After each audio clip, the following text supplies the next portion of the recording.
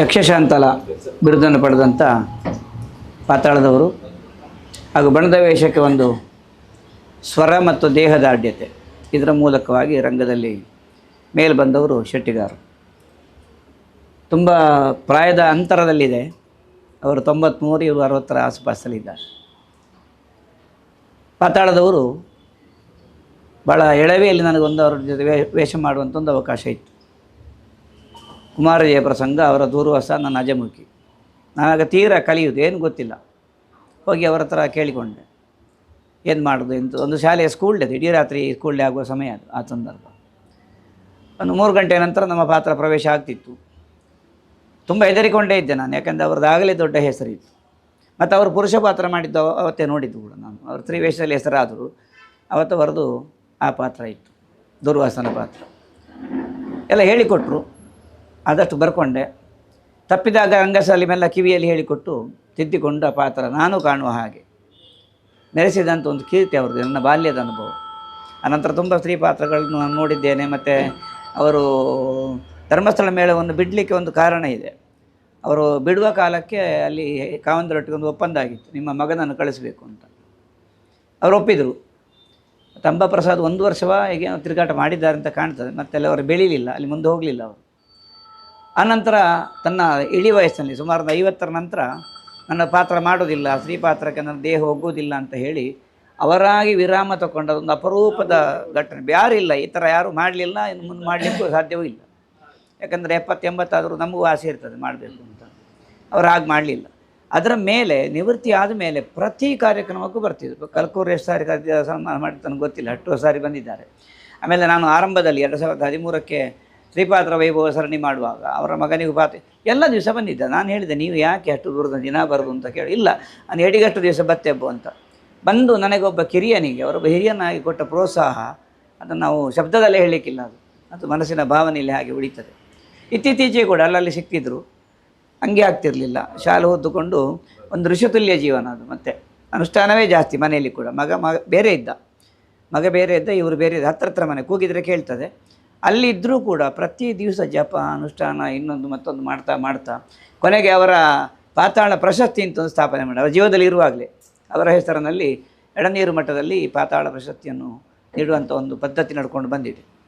ಅಂಥ ಒಂದು ಹಲವಾರು ಸಾಧನೆಗಳು, ನಾವು ಒಂದು ಆದರ್ಶ, ಅದು ನಾವು ಯಾರಾದರೂ ಇನ್ನೂ ಅನುಸರಿಸುವುದಕ್ಕೆ ಅವಕಾಶ ಇದೆ. ಅಟ್ಟನ್ನು ಮಾಡಿಕೊಟ್ಟು ಶ್ರೀವೇಷದಲ್ಲಿ ಆಭರಣಗಳ ತಯಾರಿ, ಅದನ್ನು ಸ್ವಲ್ಪ ಅವರದ್ದು ಆಭರಣ ಇದೆ, ಅಂಬಪ್ರಸಾದ ಬೆಳಕೆ ಮಾಡ್ತಾರೆ.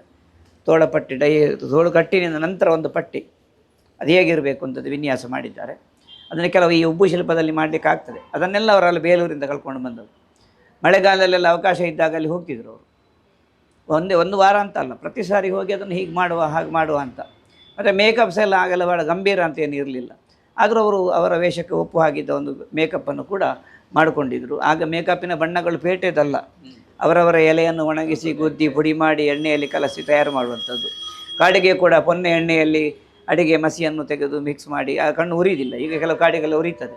ಅದನ್ನೆಲ್ಲ ಮಾಡಿಕೊಂಡು ಆ ಕಾಲದಲ್ಲಿ ಯಕ್ಷಗಾನದಲ್ಲಿ ಸಾಧನೆ ಮಾಡಿದ್ದಾರೆ ಅಂತಂದರೆ ಪಾತಾಳದವರು ನಮ್ಮ ಸುಧಾಕರ್ ರಾಯರಿಗೆ ಅವರಿಗೆಲ್ಲ ಸಂಬಂಧ. ಅವರು ಆ ಕಡೆ ಹಿರೇಬಂಡಾಡಿ ಒಳಗೆ, ಇವರು ಹೇಳಿದಲ್ಲ ಪಾತಾಳ ಅಂತ, ಅವರ ಮಾವನ ಮನೆ ಹತ್ರ ಇರಬೇಕು. ನಾನು ತುಂಬ ಸಲ ಅಲ್ಲಿಗೆ ಹೋದಾಗ ಇವರ ವಿಷಯ ಹೇಳ್ತಿದ್ರು.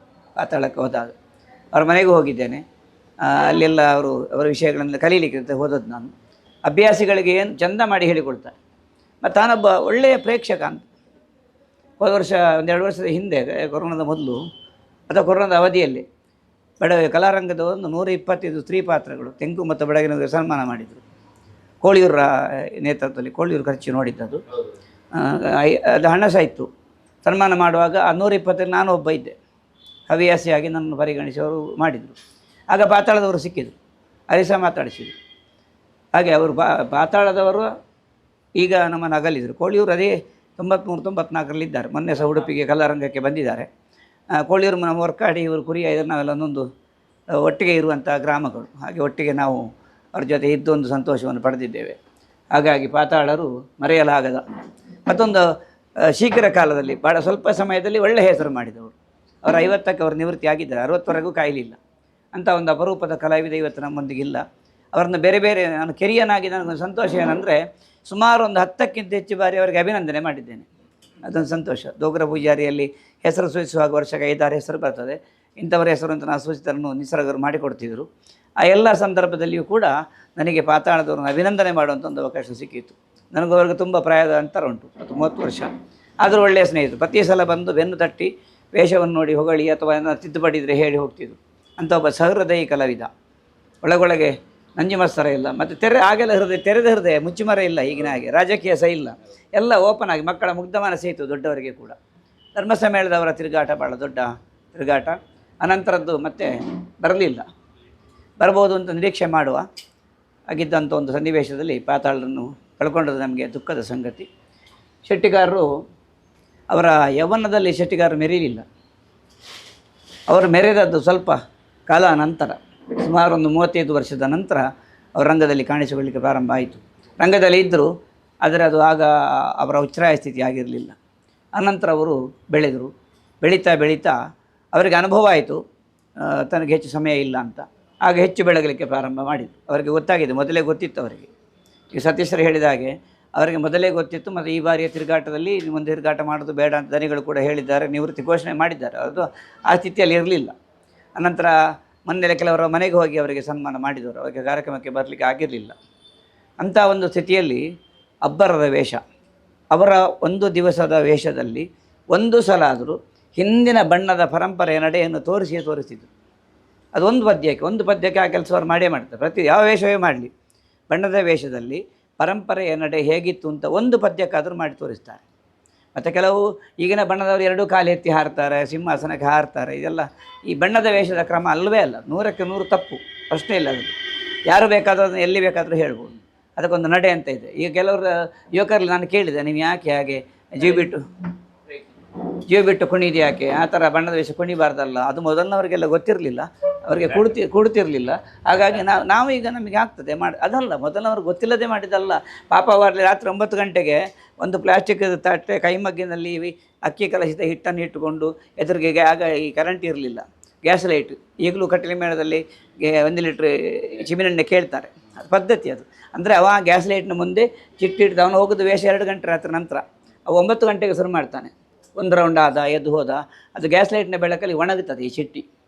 ಅದಕ್ಕೆ ಕಾಯ್ದು ಮತ್ತೆ ಪುನಃ ವಾಪಸ್ 2ನೇ ಸುತ್ತು, ವಾಪಸ್ 3ನೇ ಸುತ್ತು. ಸುಮಾರು ಒಂದು ಇಷ್ಟಿಷ್ಟು ಉದ್ದ ಚಿಟ್ಟಿ ಇರ್ತಿತ್ತು. ಅಂಥ ಚಿಟ್ಟಿಯನ್ನು ಇವರು ಇಡ್ತಿದ್ರು. ಈಗಿನ ಹೊಸ ಪೀಳಿಗೆಗೆ ಚಿಟ್ಟಿ ಅಂದರೆ ಗೊತ್ತಿಲ್ಲ, ಯಾಕಂದರೆ ಅಕ್ಕಿ ಅಂದರೆ ಗೊತ್ತಿಲ್ಲ, ರೈಸ್ ಅಂತ ಹೇಳಬೇಕು ನಾವು. ಅದನ್ನು ಅರ್ಧ ಮೇಲೆ ಬಂದ ಅಂದರೆ ಗೊತ್ತಿಲ್ಲ, ಹಿಟ್ಟು ಅರ್ಥ ಆಗೋದಿಲ್ಲ, ಅವರಿಗೆ ಅದೆಲ್ಲ ಗೊತ್ತೇ ಇಲ್ಲ. ಅಂಥ ಸಂದರ್ಭದಲ್ಲಿ ಒಂದು ಒಳ್ಳೆಯ ಬಣ್ಣ ಅವರು ಶೈನ್ ಆದದ್ದು ಅದರಲ್ಲಿ ಮುಖವರ್ಣಿಕೆ. ಹೊಸ ರಾವಣನ ಮುಖವರ್ಣಿಕೆ ಹೇಗೆ, ಇನ್ನೊಂದು ವೇಷಗಳು ಹೇಗೆ, ಎಲ್ಲ ಬಣ್ಣದ ವೇಷಗಳಿಗೆ ಹಂದಿಯವರಿಗೆಲ್ಲ ಜಿಕೆಟಲ್ಲಿ ಗೊತ್ತುಂಟು. ಒಂದು ಕಣ್ಣಿಗೆ ಹಸಿರು ರೇಖೆ ಎಳಿಬೇಕು ಕಣ್ಣಿನ ಮೇಲೆ. ಎಷ್ಟೇ ದೊಡ್ಡ ರಕ್ಕಸ ಆದರೂ ರಾಕ್ಷಸಿ ಆದರೂ ಕಣ್ಣ ಮೇಲೆ ಈ ರೆಪ್ಪೆಯ ಮೇಲೆ ಹಸಿರು ರೇಖೆ ಎಳಿಬೇಕು. ಅದು ಬಣ್ಣದ ವೇಷಗಳಿಂದ ಶೋಭೆ. ಅದು ಇರಲೇಬೇಕು ಅಂತ ಪದ್ಧತಿ ಮತ್ತು ನಿಯಮ ಕಡ್ಡಾಯ. ಹೆಚ್ಚಿನವರಿಗೆ ಅದೆಲ್ಲ ಗೊತ್ತೇ ಇಲ್ಲ. ಹತ್ತಿಯ ಪೀಲಿಯ ಕತ್ತರಿಸಿ ರೆಡಿ ಮಾಡ್ಕೊಂಡು ಬರ್ತಾರೆ. ಅಂಥ ಕಾಲದಲ್ಲಿಯೂ ಕೂಡ ಈ ಅಕ್ಕಿ ಹಿಟ್ಟಿನ ಚಿಟ್ಟಿಯನ್ನು, ಅದು ಅಕ್ಕಿ ಹಿಟ್ಟು ಈಗಲೇ ಅರಿಬಾರ್ದು, ಒಂದು ಸ್ವಲ್ಪ ಅರಿದಿಡಬೇಕು. ಅದಕ್ಕೆ ಮೊದಲು ಸುಣ್ಣ ಮಿಕ್ಸ್ ಮಾಡ್ತಿದ್ರು, ಈಗ ಸುಣ್ಣ ಕಡಿಮೆ ಆಗಿದೆ, ಕೆಲವರ ಮುಖಕ್ಕೆ ಆಗೋದಿಲ್ಲ, ಪೇವಿಕಾಲ ಹಾಕ್ತಾರೆ. ಈಗ ಅದು ಸಿದ್ಧ ಮಾಡ್ತಾ ಅದು ಕೂತ್ಕೊಳ್ಳೋದಿಲ್ಲ, ಹಾಗೆ ಹೇಳಿದಾಗೆ ಕೇಳೋದಿಲ್ಲ. ಮೊದಲು ಗೆರೆ ಹೇಳೋದು ತುಂಬ ಕಾಯಬೇಕು, ಅದಕ್ಕೆ ತಾಳ್ಮೆ ಬೇಕು. ಚಿಟ್ಟಿ ಒಣಗೋದಿಲ್ಲ, ಈ ಲೈಟ್ಗಳಿಗೆ ಅದು ಒಣಗೋದಿಲ್ಲ. ಮೊದಲನೇ ಗ್ಯಾಸ್ ಲೈಟೇ ಫಿಟ್ಟು. ಅಂಥ ಕೆಲಸವನ್ನು ಗೋಪಾಲಕೃಷ್ಣ ಭಟ್ರು ಮಾಡ್ತಿದ್ರು. ಅವರು ಇದ್ದಾರೆ ಈಗ ಸಹ, ಧರ್ಮಸ್ಥಳ ಗೋಪಾಲ ಭಟ್ರದ್ದು ಅವರದೇ ಕ್ರಮ. ಅವರು ಹಾಗೆ ಏನಿಲ್ಲ, 8-8:30 ಗಂಟೆಗೆ ಕೂತಾಯಿತು ಬಣ್ಣಕ್ಕೆ, ಅದೇ ಚಿಟ್ಟಿ ಇಡಲಿಕ್ಕೆ. ತುಂಬ ಕಷ್ಟ ಇದೆ, ಸುಲಭ ಅಲ್ಲ ಅದು. ಎಲ್ಲ ಕಡೆ ನಮಗೆ ಕಾಣಬೇಕು ಅದು. ಬಾಕಿ ಧರ್ಮಕ್ಕೆ ವರಸಿದ್ರೆ ಆಗ್ತದೆ, ಚಿಟ್ಟಿ ಆಗಲ್ಲ, ಕಷ್ಟದ ಕೆಲಸ.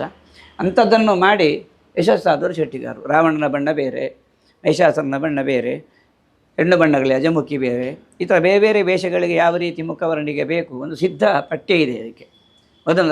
ಮೊದಲವರು ಬರೆದಿಡಲಿಲ್ಲ, ಕೈಯಾನು ಕೈ ಬಂದದ್ದು, ಹೀಗೆ ಆಗಬೇಕು ಅಂತ. ಅದು ಪರಂಪರೆನ ಈಗಿನ ಉಳಿಸ್ತಾ ಇಲ್ಲ.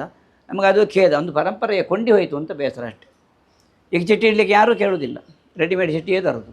ಕಟ್ಟಿದ್ರೆ ಆಯ್ತು, ಸುಲಭ ಆಯಿತು. ಮತ್ತೆ 2 ಕಪ್ ಪೂರೈಕೆ ಕೇಳಿದ್ರೆ ವೇಷ ರೆಡಿ, 4 ಗಂಟೆಗೆ ಬಿಸಿ ಶೆಡ್ಯೂಲ್. ಈಗ ಪುರುಸೊತ್ತಿಲ್ಲ ಯಾರಿಗೂ.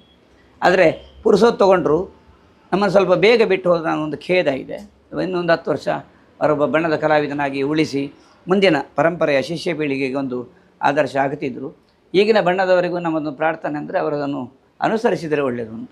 ರಂಗದ ನಡೆಯಾಗಲಿ, ಈ ಜಿ ಕೆ ಭಟ್ ಹೇಳಿದಾಗೆ ಬರೀ 2 ಗೆರೆ ಮಾತಾಡೋದಲ್ಲ, ಅವರು ಚರ್ಚೆ ಆಗ್ತಿತ್ತು. ಪ್ರಜ್ವಲ್ಲೆಲ್ಲ ಆದರೂ ಹಾಸ್ಯಕ್ಕೆ ಬಂದರೆ ತುಂಬ ಉದ್ದ ಸಂಭಾಷಣೆ ಹೋಗ್ತಿತ್ತು ಅವರಿಗೆ. ಸೀತಾರಾಮ್ ಬಂದರೆ ಸಹ ಉದ್ದ ಆಗ್ತದೆ. ಜಯಪ್ರಕಾಶ್ ಶೆಟ್ಟಿ ಅವರೊಟ್ಟಿಗೆ ಮಾತಾಡೋದು ಸುಲಭ ಅಲ್ಲ. ಅವರೊಟ್ಟಿಗೆ ಮಾತಾಡಿ ವೇಷವನ್ನು ಕಾಣಿಸಿದ್ದಾರೆ, ಹೌದು ಅಂತ ತೋರಿಸಿದ್ದಾರೆ. ಮೊದಲ ಹೇಗೆ ಕಲ್ಪನೆ ಬಣದ ವೇಷಧಾರಿಗೆ ಮಾತಾಡಲಿಕ್ಕಿಲ್ಲ ಅಂತ, ಹೋಗೋದು ಬರೋದು, ಯುದ್ಧ ಮಾಡೋದು, ಪ್ರವೇಶ ಆರ್ಭಟ ಕೊಡೋದು ಬರೋದು ಅಂತ ಅಷ್ಟೇ. ಹಾಗಲ್ಲ, ಬಣದ ವೇಷ ರಂಗ ಪ್ರವೇಶ ಮಾಡುವಾಗಲೂ ನಡೆ ತುಂಬ ಇದೆ. 2 ಆರ್ಭಟೆ ತೆರೆಯ ಹಿಂದೆ ಆಗಬೇಕು. ಒಂದು ಚೌಕಿಯ ಬಾಗಿಲಲ್ಲಿ ಒಂದು ಆರ್ಭಟೆ, ಅಂದರೆ ಚಂಡಿ ಅವರ ಹತ್ತಿರಕ್ಕೆ ಬಂದ ಆರ್ಭಟೆ, ಅಂದರೆ ವೇಷ ರೆಡಿಯಾಗಿ ಬಂದಿದೆ ಅಂತ ಸೂಚನೆ, ಅದು ಕಾರಂತರಿಗೆ ಗೊತ್ತುಂಟು. ಆ ಸೂಚನೆ ತೆರೆ ಪರಪಾಟು ಹೇಗೆ ಬರಬೇಕು, ಅಲ್ಲಿನ ತೆರೆಯ ಹಿಂದಿನ ನಡೆ, ನಂತರ ಮುಂದಿನ ನಡೆ, ಆಮೇಲೆ ಪರಂಪರೆ ವೇಷಗಳಾದರೆ ಶಿವಪೂಜೆ ಆಗಬೇಕು ಅಂತ ಉಂಟು. ಈಗ ಶಿವಪೂಜೆಯ ಭಾಗ ಎಲ್ಲ ಮರೆತೇ ಹೋಗಿದೆ. ಹೆಣ್ಣು ಬಣ್ಣದ ಪ್ರವೇಶ ಗೊತ್ತಿಲ್ಲ, ಹಲ್ಲುಜ್ಜುವುದು, ತಲೆ ಬಾಚುವುದೆಲ್ಲ ಉಂಟದು, ನಿಯಮದಲ್ಲಿ ಹಾಗೆ ಉಂಟು. ಅದನ್ನೆಲ್ಲ ಉಳಿಸಿಕೊಂಡಿದ್ದಾರೆ. ಅಂಥ ಕಲಾವಿದರನ್ನು ಇನ್ನೊಬ್ಬರಿಗೆ ವರ್ಗಾಯಿಸಬೇಕಾದ ಅಗತ್ಯ ಇದೆ. ಅಷ್ಟನ್ನು ಮಾಡಿದರೆ ಇವರ ಹೆಸರು ಸಾರ್ಥಕವಾಗಿ ಉಳೀತದೆ. ದೈತ್ಯ ಶೆಟ್ಟಿಗಾರ ಅಂತಲೇ ಹೆಸರು, ಅವರು ಸಹ ಶೆಟ್ಟಿಗಾರ ಅಂತ ಯಾರು ಹೇಳ್ತಿರಲಿಲ್ಲ, ದೈತ್ಯ ಶೆಟ್ಟಿಗಾರ ಅಂತಲೇ ಅವ್ರನ್ನ ಕರಿತಾ ಇದ್ದದ್ದು. ಅವರು ಅದಕ್ಕೆ ಯೋಗ್ಯ. ಇದು ಕೆಲವು ಮುಖವಾಡದ ವೇಷಗಳು ಉಂಟು. ಗಜೇಂದ್ರ ಮೋಕ್ಷದಲ್ಲಿ ಮೊಸಳೆ ಬರ್ತದೆ, ಅದರ ಮೊಸಳೆಯ ಈ ಮುಖವಾಡ ಇಡುವ ಮೊದಲು ಸ್ವಲ್ಪ ಕೆಲಸ ತಿದ್ದುಪಡಿಯೆಲ್ಲ ಉಂಟು. ಅದನ್ನು ಮಾಡಿಕೊಂಡು ಕೂಡ ಅದನ್ನು ಯಶಸ್ವಿ ಮಾಡಿದ್ದಾರೆ. ಆಗ ಮಾತಾಡಿದರೆ ನಿಮಗೆ ಕೇಳುವುದಿಲ್ಲ, ಮುಖವಾಡ ಮುಚ್ಚಿರ್ತದೆ. ಅಲ್ಲಿ ಸಹ ತನ್ನ ಸ್ವರದಿಂದ ಅದನ್ನು ತೋರಿಸಿದಂಥ ವೇಷ, ಕಾಕಾಸುರನ ವೇಷವು ಹಾಗೆ ಮುಖವಾಡದಲ್ಲಿ ಮಾಡುವುದು. ಅಂಥ ಆವಿಷ್ಕಾರಗಳನ್ನ ತಂದವರು ಶೆಟ್ಟಿಗಾರರು. ಆ ಪಾತ್ರಕ್ಕೆ ಆ ಭಾವನೆ, ಮುಖ ಹೇಗೆ ಬರಬೇಕು ಅಂತ ಚಿತ್ರಣ ತೋರಿಸಿದ್ದವರು. ಕಿನಿಗೊಳ್ಳಿಲೊಂದು ಆಟ ಆದಾಗ ಇದು ಗಜೇಂದ್ರ ಮೋಕ್ಷದ ಮಕರ ಅವರು ಮಾಡಿದ್ದಾರೆ. ಹಾಗಾಗಿ ಅದಂಥ ಒಂದಷ್ಟು ಪರಂಪರೆಗಳು ನಮ್ಮ ಮುಂದೆ ಉಳಿಸಿ ಹೋದ ಕಲಾವಿದರು ಮುಂದೆ ಅದನ್ನು ಬೆಳೆಸುವ ಕಲಾವಿದರಿಗೆ ದಾರಿದೀಪ ಆಗಿದ್ದಾರೆ ಎನ್ನುವುದರಲ್ಲಿ 2 ಮನಸ್ಸು ಸಂಶಯ ಇಲ್ಲ. ಕಲ್ಕೂರವರನ್ನು ತುಂಬ ಸಲ ಸಾಹಿತ್ಯ ಪರಿಷತ್ತಿನಲ್ಲಿ ಅವರ ವೈಯಕ್ತಿಕ ಪ್ರತಿಷ್ಠಾನದಲ್ಲೆಲ್ಲ ತುಂಬ ಪ್ರಶಸ್ತಿಯೆಲ್ಲ ಕೊಡಿಸಿದ್ದಾರೆ ಅವರು. ಹಾಗಾಗಿ ನಮಗಿಂತ ಎಲ್ಲರಿಗಿಂತ ಹೆಚ್ಚು ಅವರಿಗೆ ಗೊತ್ತುಂಟು ಅವರ ಬಗ್ಗೆ. ಹಾಗಾಗಿ 2 ಮಾತಾಡಿ ಅವರಿಗೆ ಶ್ರದ್ಧಾಂಜಲಿ ಅರ್ಪಿಸ್ತೇನೆ.